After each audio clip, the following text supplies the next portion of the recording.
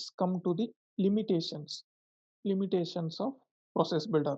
There will whichever tool we can create, there will be some limitation will be there. Okay, so first limitation is process builder cannot handle the DML operations. Okay, DML operation is nothing but insert, update. These things will be come under those things. It will be not done by Bulkify. It execute after a record has been created or updated. The DML operation is only worked on it's executed or record is executed when record is created or updated, whereas Apex trigger handle both before and after DML operation. So before update and before update means, as you've seen before, whenever we save or updating, it should be update.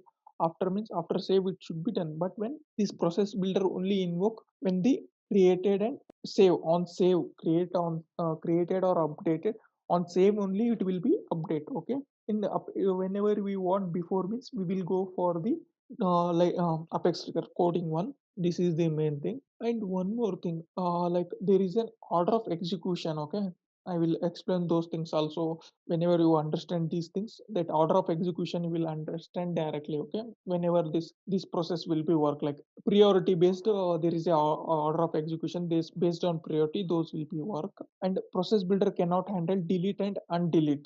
We cannot delete using process builder. Okay, that can be where Apex trigger can handle all the DML operation. When error report in the process builder is more generic, which make difficult to find.